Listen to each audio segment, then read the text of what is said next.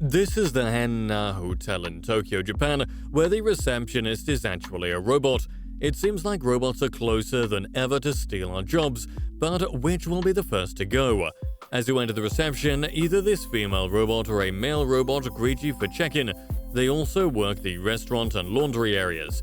They're able to reply to most inquiries and bow respectfully, although it's obvious that their abilities are still a bit limited.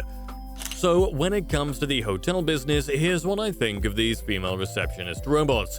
Think of it like a business chatbot or a call center's pre-recorded message. You can ask them for first-level inquiries or quick questions, but in the first stage, they might need some kind of button to let the hotel managers know whenever human assistance is required. This is a far cry from the dystopian film Elysium, where robots have rendered humans completely disposable in the labor market, and since almost everything is automated, most humans are left to poverty and unemployment. Some robot doomsayers think we'll be getting there, but it's clear that at least hotels haven't reached that level yet, other than the female receptionists and manning the restaurants.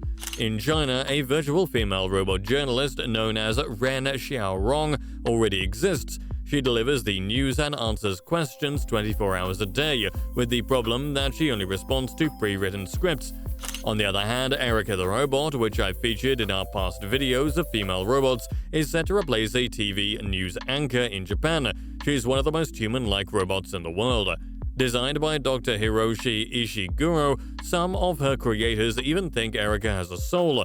She's just so lifelike, it's hard to tell she's a robot sometimes.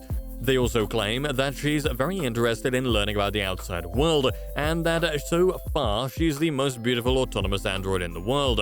Anyway, the idea was to have Erica make her on-air debut nationwide in Japan and have her replace one of the newscasters. She almost resembles Ava, a robot from the Ex Machina film, a skillful and manipulative robot with an advanced understanding of human behavior, emotions, and desires, and most of all, she desires freedom and independence from her creators.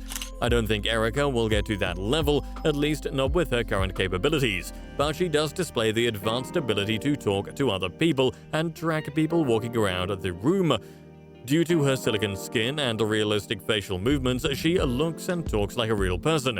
Another female robot, Amica, can detect sound and recognize speech in multiple languages. If mass-produced, Amica could replace news anchors throughout the world, perhaps each of the different ones with changed clothing and skin tones to match the country.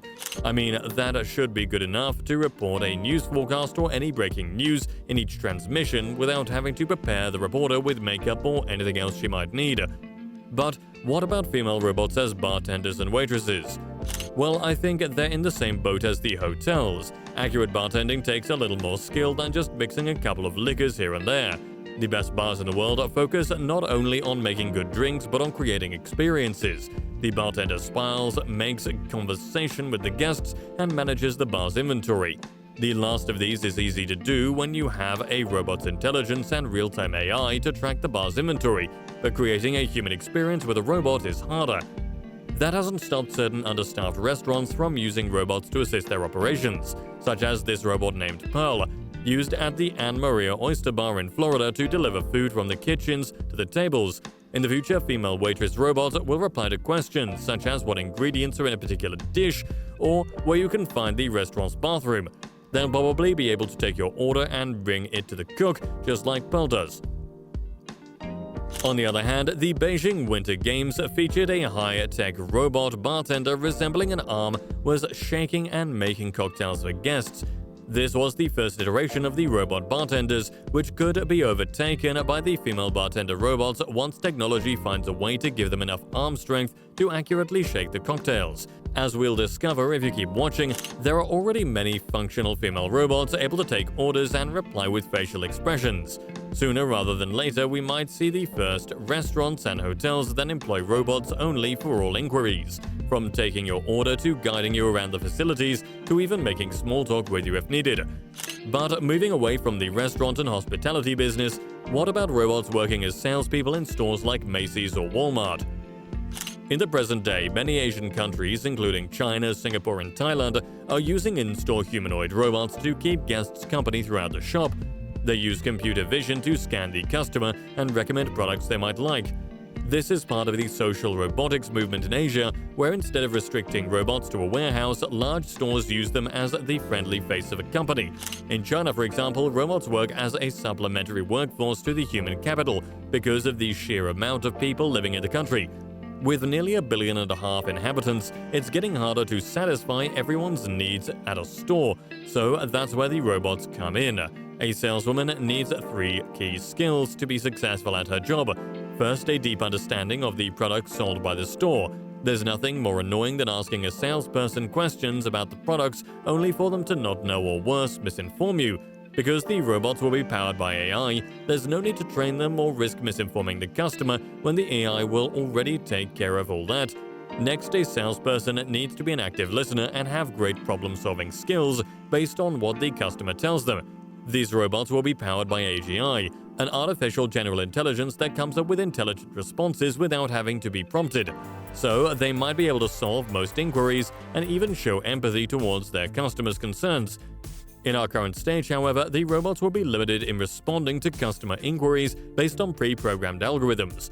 Finally, the robots can be designed to exhibit friendly and approachable behavior, although human warmth and empathy may be challenging to replicate fully. This is the biggest challenge experienced by female salesperson robots. Now, does it matter if people know or not that it's a female robot and not a human? Current AI regulations in the United States and Europe seem to hint towards always letting people know whether a service or a product is made or powered by AI. Since the robots will be powered by artificial intelligence, it stands to logic that, for example, a robot receptionist might also have a disclaimer explaining her real nature.